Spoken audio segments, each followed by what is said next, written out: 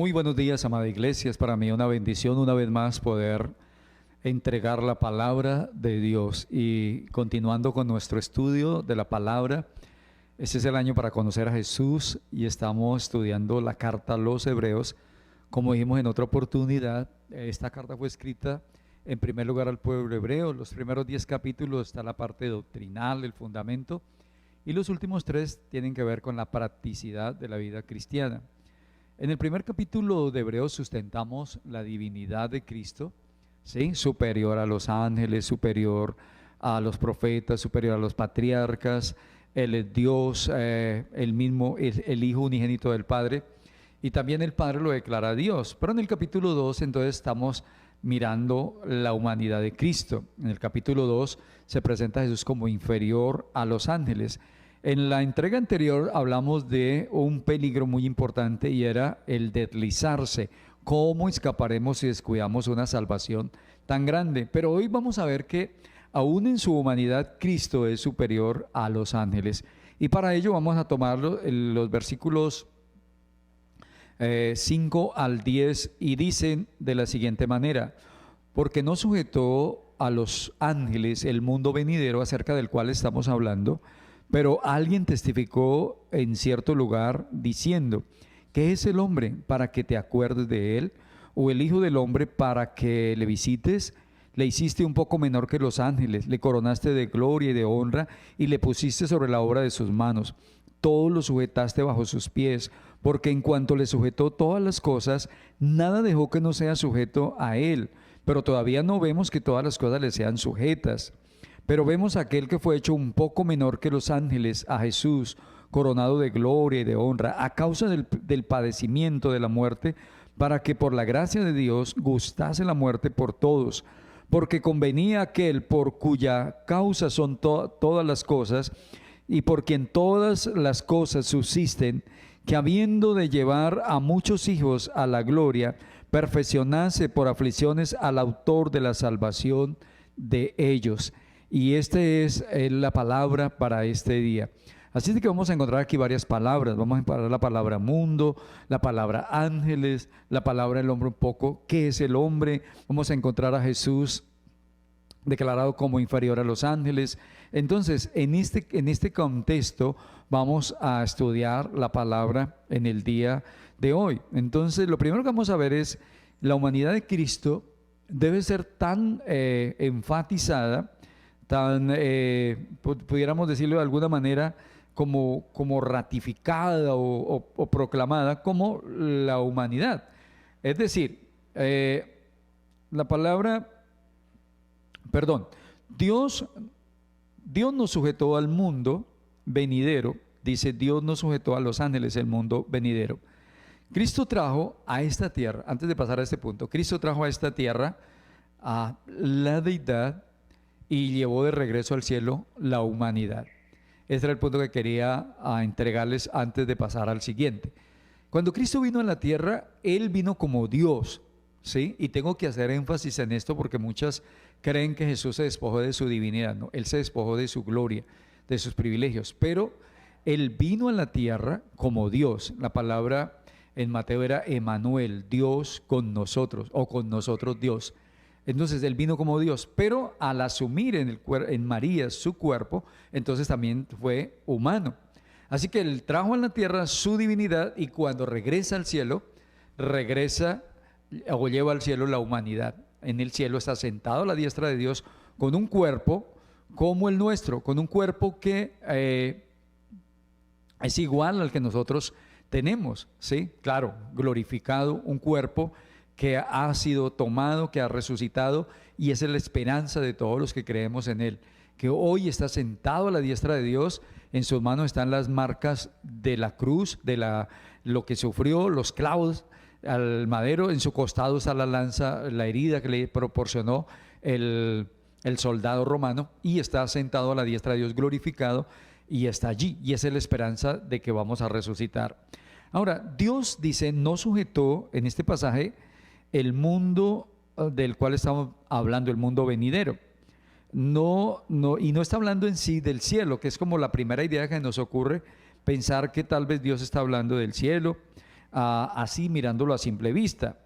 Del griego la palabra mundo es una frase que es un poquito complicada de decir, pero es oikoumene, que significa tierra habitada. Y es como la misma palabra que usó Jesús en Mateo 24:14, cuando dijo: y será predicado este evangelio del reino en todo el mundo para testimonio a las naciones, y luego vendrá el fin. También Pablo usó una palabra en Romanos 10 diciendo: por toda la tierra salió su voz, y hasta el extremo del mundo sus palabras, para decir mundo habitado. Ahora, este pasaje, ¿sí?, no se refería entonces al cielo, ni se refería al tiempo de gracia en el cual estamos viviendo, a esta temporada, a este momento, sino que está refiriendo al reino mesiánico, al reino del Mesías. Para los israelitas era como fácil entender esto porque ellos estaban familiarizados con las promesas que Dios le había hecho a David. Dios le dijo a David que de su descendencia levantaría un rey que tendría un reinado eterno. Y por supuesto, pues se estaba refiriendo a Jesús, se estaba refiriendo al reino mesiánico de Jesús. ¿Cuándo empezará ese reino mesiánico? Pues los que creemos en el milenio, en los 1000 años en la tierra, pensamos que ahí comienza el reinado de Jesús. En este momento, pues Jesús no está reinando, ¿no? Todavía no está reinando. Eso lo explicaré un poquito más adelante.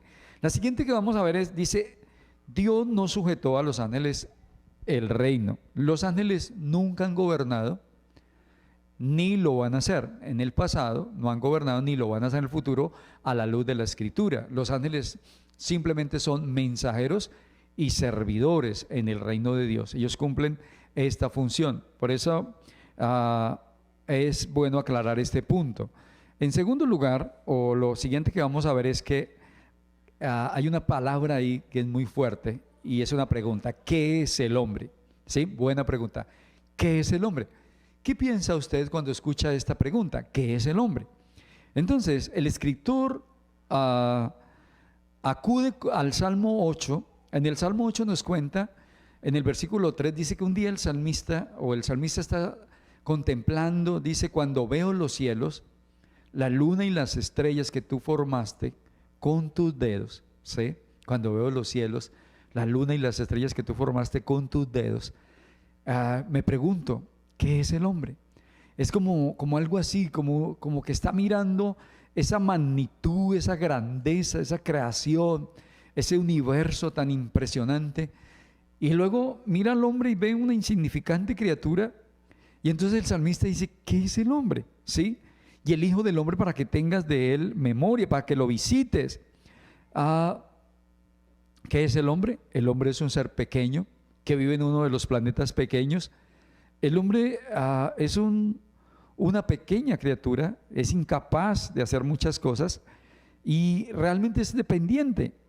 Entonces podemos comprender como el asombro del salmista al contemplar la grandeza de Dios y luego quedarse reflexionando y contemplar al hombre tan pequeño, tan insignificante.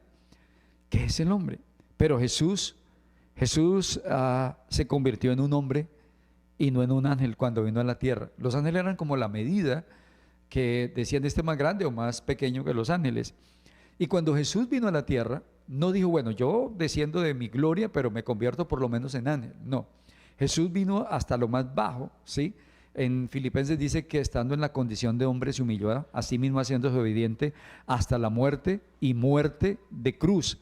Así que Jesús entonces desciende, se convierte en hombre, y en esa condición Él viene para redimir al hombre, para salvarlo, para perdonarlo. Jesús, es tan grande su obra.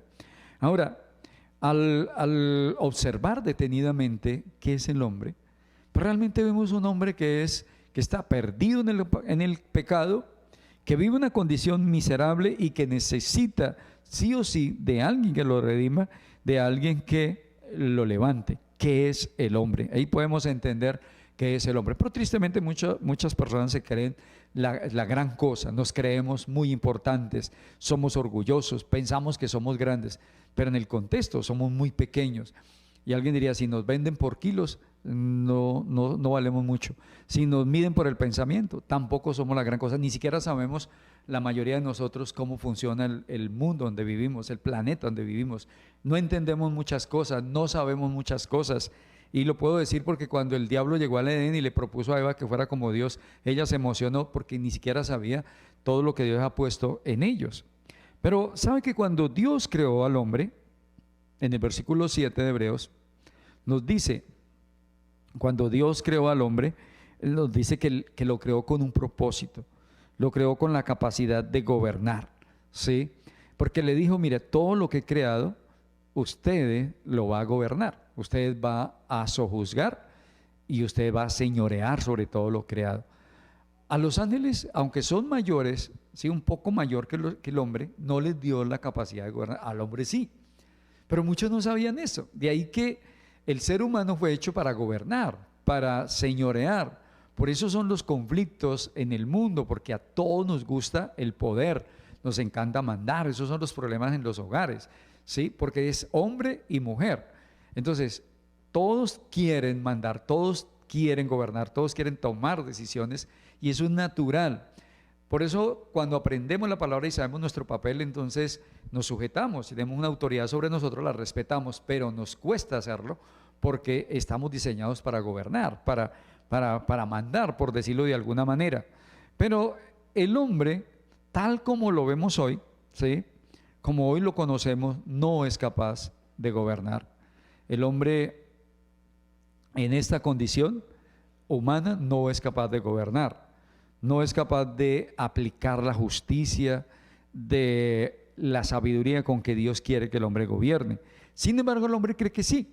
El hombre cree que él puede gobernar, se alinea con el pensamiento de Satanás de que seré igual a Dios, yo tengo poder, yo soy capaz.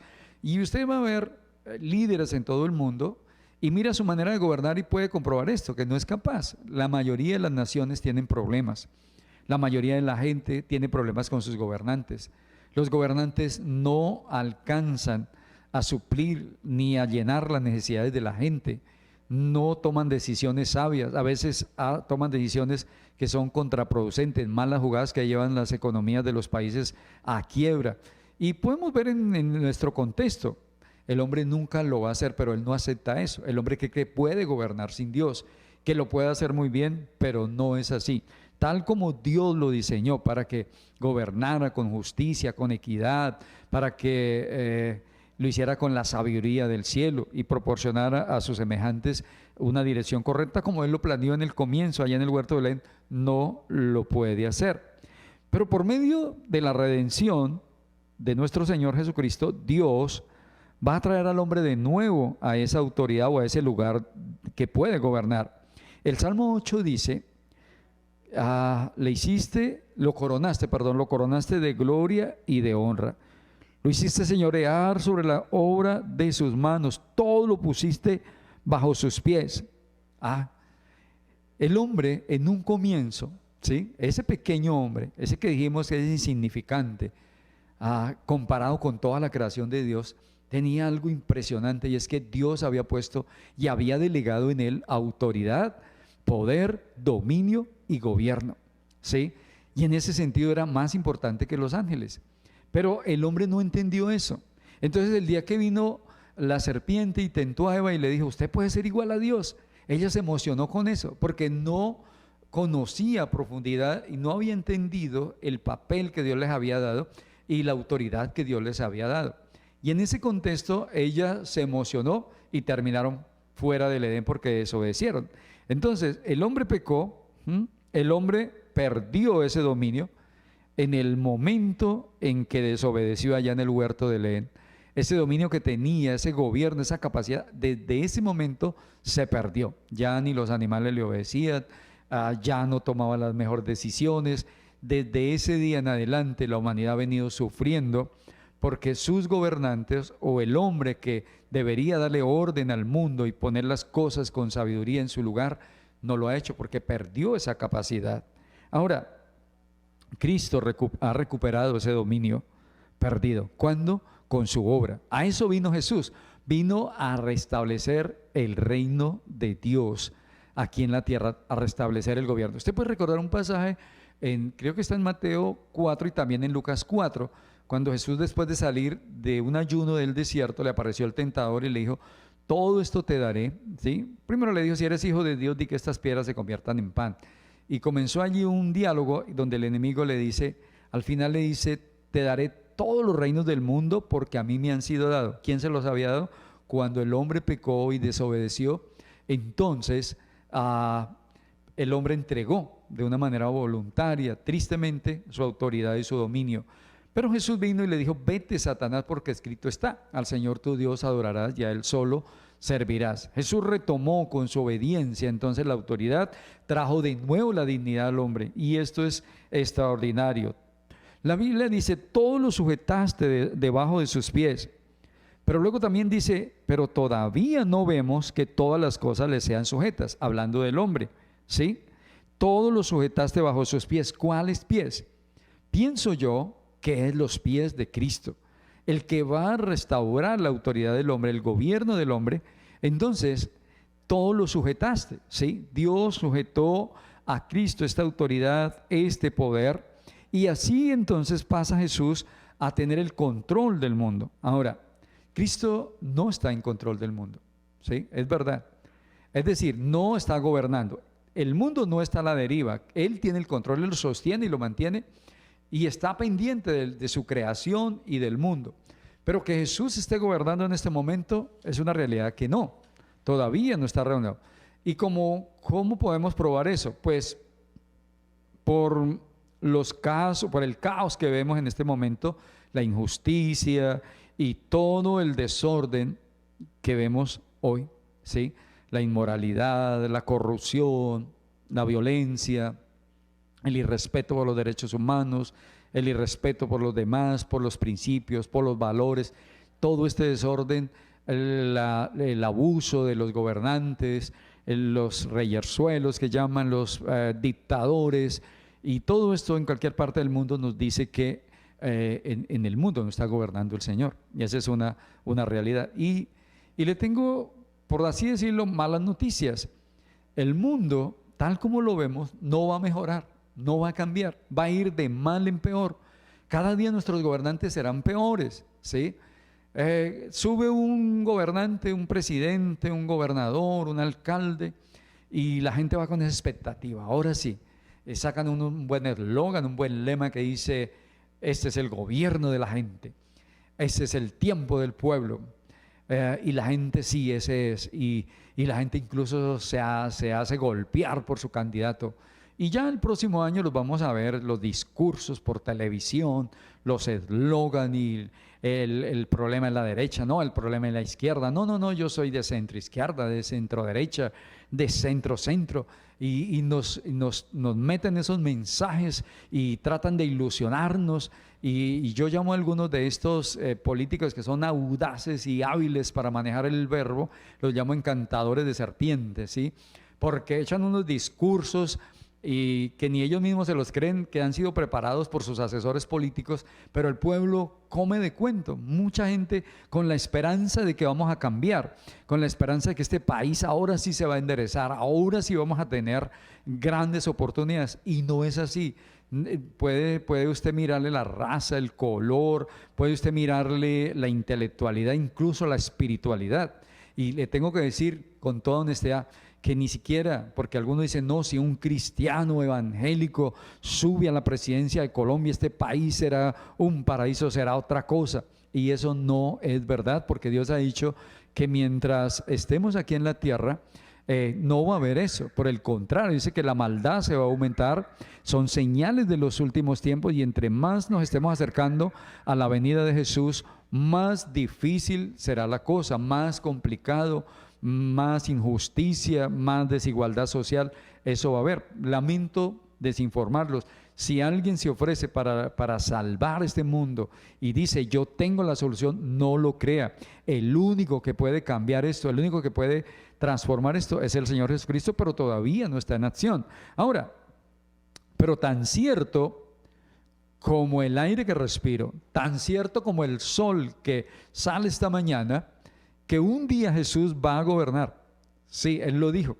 y va a empezar ese reino mesiánico y va a ser un reino de poder, de autoridad, de justicia, un reino maravilloso. Cuando Él reine va a convertir este mundo, este planeta lo va a convertir en un paraíso. Se acabarán las cárceles, se acabarán los hospitales, no habrá más gente tirada en las calles, no habrá gente cargando un costal, no habrá gente atada de las drogas, no habrán mujeres vendiendo su cuerpo en alguna esquina para comer, no habrán niños abandonados ni violados, no habrán ejércitos matándose con grupos alzados en armas. Será un tiempo de paz. ¿Por qué será un tiempo de paz?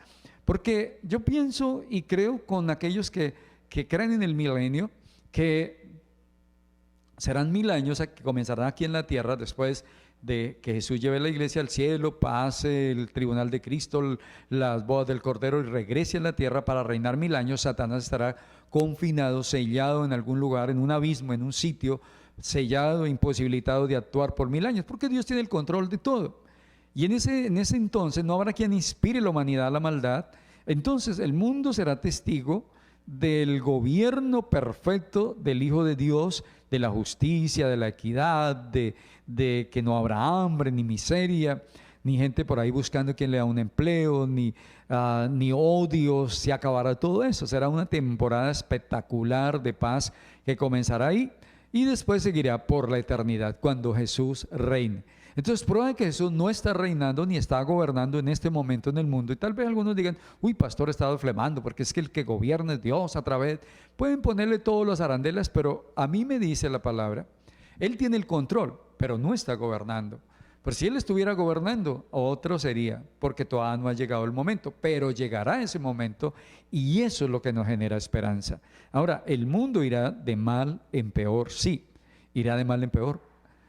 Cada día será peor, pero nosotros no tenemos miedo, porque esas señales nos proporcionarán alegría y gozo y nos harán como abrir los ojos y decir, hey, está cerca el que viene, está cerca la venida de Jesús, ¿sí? Entonces, yo soy de los que creo que sí, va a llegar ese momento y será espectacular. Y dice, pero vemos a aquel que fue hecho un poco menor que los ángeles, a Jesús, coronado de gloria y honra, un poco menor, un poco de tiempo, un poco menor que los ángeles. El énfasis no está en que Jesús fue menor que los ángeles, el énfasis está en un poco. Yo creo que por un poco de tiempo Jesús fue hecho menor que los ángeles, en el sentido de que en esos 33 años que estuvo como humano aquí en la tierra, Él fue inferior a los ángeles. Dije que no se hizo un ángel, se hizo un hombre, y entonces en ese tiempo Él se hizo inferior a los ángeles. Pero en ese tiempo también se nos cuenta que en ese tiempo que estuvo en la humanidad, el versículo 9, que Él redimió la humanidad estando como hombre. Él gustó la muerte o experimentó los dolores o la angustia de la muerte. Ahora, la muerte hasta Jesús tenía una fuerza, un terror sobre los seres humanos. La muerte después de Jesús perdió ese poder de asustar, de traer terror a la gente, porque Jesús venció la muerte. Jesús no solamente murió, sino que Jesús resucitó. Entonces la carta a los Corintios capítulo 15 dice, Pablo al final dice, ¿dónde, oh muerte, tu victoria? ¿Dónde, oh sepulcro, tu aguijón? ¿Dónde, oh muerte, tu aguijón? ¿Dónde, oh sepulcro, tu victoria? Ya que sorbida es en victoria la muerte. El postrer enemigo de la raza humana que será vencido es la muerte. Para un hijo de Dios la muerte no es un espanto, no es una tragedia. Para un hijo de Dios es una oportunidad, es una puerta abierta a la eternidad, a la bendición. Entonces cuando alguien muere, Pablo dijo, para mí el vivir es ganancia, para mí el vivir es Cristo, perdón, y el morir es ganancia. Pablo dijo en Romanos 14, sea que vivamos o que muramos, somos del Señor. Pablo dijo, mientras estoy en este cuerpo, estoy ausente al Señor, pero cuando esté ausente de este cuerpo, estaré presente al Señor. Y dijo, yo quisiera estar ausente de este cuerpo y estar presente con el Señor. Pablo fue uno de los que más habló de esto. A los tesalonicenses les dijo, anímense con estas palabras, porque si creemos que Jesús murió y resucitó, así traerá Dios con Él, con Jesús, a los que durmieron en Él. Entonces en sí que en Él es la esperanza. Jesús enfrentó la muerte y fue un momento duro, porque nos cuenta que en el Getsemaní, Jesús Entonces clamó al Padre por 3 horas y le dijo: Padre, si es posible, pasa de mí esta copa. Esta copa, amar, gustar en el sentido, no es que sea agradable, sino como hay cosas que uno echa en la boca y las gusta, ¿sí? O las degusta, como se dice, y son amargas y son malucas. Pero Jesús le tocó eso, pasó, y él dijo: Padre, si hay otra forma de salvar la humanidad, pero no se hagas tu voluntad, no se haga mi voluntad, sino la tuya. Y en ese sentido Jesús entonces, por nosotros gustó la muerte, y por haber gustado la muerte entonces obtuvo la salvación para nosotros. Y dice que fue coronado de gloria y de honra. Jesús coronado de gloria y de honra, pero no por la muerte como tal, no por morir, sino por haber descendido del cielo, es decir, despojándose de sus privilegios y de su gloria, y haber venido a la tierra, haber ido a la cruz, haber entregado su vida por usted y por mí, pobres pecadores, vencidos por la miseria y la ignominia del pecado.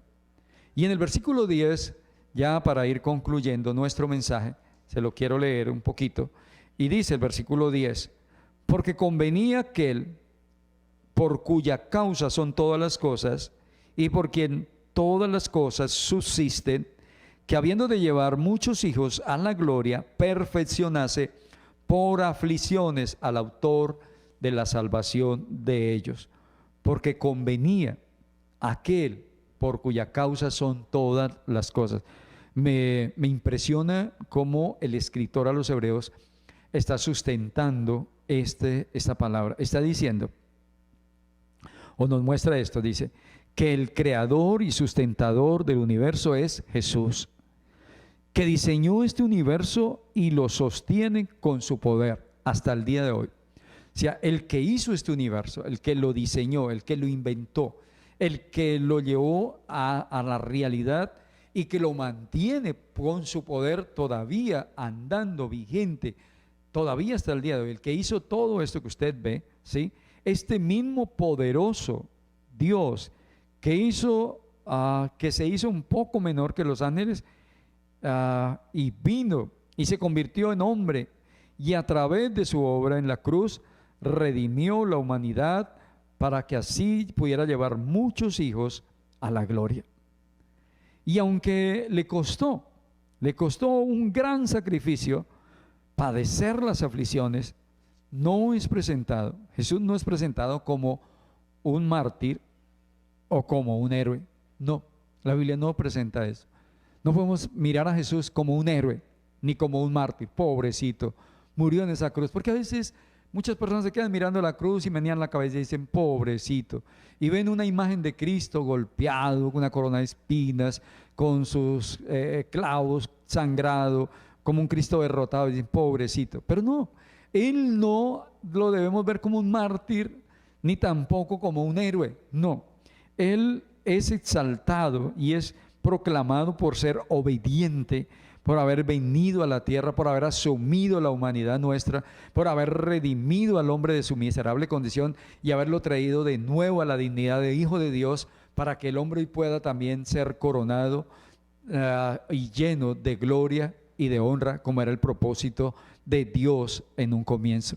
En eso radica la grandeza y la obra de Dios, en que Él entregó su vida, en que Él asumió por nosotros, nos redimió, nos encontró en esa miserable condición, se hizo un poco menor que los ángeles por 33 años, pero aún estando en esa condición inferior de los ángeles, muestra que es superior, porque usó ese periodo de tiempo como humano para hacer su obra redentora, redimir al hombre que allá en el Edén había perdido con el enemigo lo que Dios le había dado, es decir, le había dado honra y gloria, lo había puesto sobre toda su creación. Créame, querido oyente, querido amigo, querida iglesia, Jesús va a gobernar y va a gobernar con su iglesia, y va a llegar el día en que haremos grandes y poderosas cosas con Él, ¿sí? Pero será un momento especial. Y ese Dios tan grande y tan poderoso es nuestro Salvador, es nuestro Redentor. Él está hoy sentado a la diestra de Dios. Es el único camino, es la única esperanza. El escritor a los Hebreos le estaba mostrando, ¿sí?, que aún Cristo ahí en su siendo inferior a los ángeles, presentado de esa manera, pero por su obra llega a ser superior a ellos aún en su humanidad. Y esto es poderoso. Esto me hace cada día amar más al Señor. Me hace sentir en mi corazón un profundo respeto por el Señor. Lo predicaré y lo seguiré con todo mi corazón, porque entiendo que es la única esperanza. Lo entiendo por la palabra. Veo sus planes, veo su obra y digo, gracias Señor, definitivamente eres tan grande, tan admirable. ¿Qué es el hombre? Pero tú moriste por el hombre. ¿Qué es el hombre? Pero tú retomaste la autoridad para el hombre. Ese es nuestro Jesús. Y si usted no ha conocido a Jesús, no ha tenido un encuentro con el Señor, yo lo animo en el nombre de Jesús, lo invito a que comience a escudriñar la Escritura, a que comience a interesarse. Si algo está experimentando con estas transmisiones, si algo le está bendiciendo, pregúntese, ¿quién soy yo? ¿Soy salvo? ¿Conozco a Jesús? ¿Puedo disfrutar todo esto que está ahí, todo esto que conquistó Jesús? Porque créame amigo que no es para todos, es para aquellos que creen. Los que no creen ni les importa, ni tampoco estarán. Hay dos lugares donde va a pasar el hombre la eternidad, o en el cielo con el Señor, en su reino que comenzará desde el tiempo del milenio, o en el infierno. No hay más lugares, ¿sí? No me gustaría, no quisiera decírselo, pero lo tengo que decir porque es honesto decírselo. Hay un infierno para aquel que no cree, hay un infierno de destrucción y de muerte para aquellos que han rechazado la única esperanza que es Cristo. Así de que déjame orar por ustedes y pedirle al Señor que si hay una sola persona que me ve en este día y esta palabra llega a su corazón, hay una esperanza y está en Cristo. Usted puede venir a Jesús y decir, Señor, te ruego que entres a mi corazón, que el Evangelio me sea revelado y que tú escribas mi nombre en el libro de la vida y que yo pueda tener la seguridad y la convicción que soy un hijo de Dios, nacido de nuevo, perdonado, inscrito en tu libro santo. Amén. Señor, te doy gracias en esta mañana y bendigo esta audiencia y bendigo, Señor, tu nombre. Te doy gracias. Señor, me siento tan pequeño, tan indiferente. Pido perdón por mi ignorancia y orgullo, Señor. Cuántas veces he creído que soy la gran cosa. Y cuando voy a la palabra me doy cuenta que soy una insignificante criatura, lleno de necesidad. Pero gracias por Jesús, mi Señor, quien dejó el cielo, vino a la tierra, trajo la divinidad, estuvo aquí, hizo su obra, volvió al cielo, llevó la humanidad nuestra y hoy sentado a la diestra de Dios es la garantía de que nosotros estaremos con Él por la eternidad. Muchas gracias, Señor, por escribir nuestros nombres en el libro de la vida. Gracias por perdonar nuestros pecados y por restaurar la dignidad nuestra en el nombre de Jesús. Señor, gracias por la autoridad que has puesto en nosotros, por la responsabilidad que has puesto en nosotros, por el privilegio que nos has dado para gobernar y hacer cosas, para dirigir la iglesia, para dirigir empresas, para dirigir familias. Gracias, Señor, por haber puesto en nosotros ese sello, esa gracia y esa autoridad. Señor, te bendigo en el nombre de Jesús. Amén y amén. Querida iglesia, Dios los bendiga grandemente. Es para mí una bendición, es para mí un placer haber compartido con ustedes esta palabra. Que el Todopoderoso los bendiga y nos veremos en otra oportunidad. Bendiciones.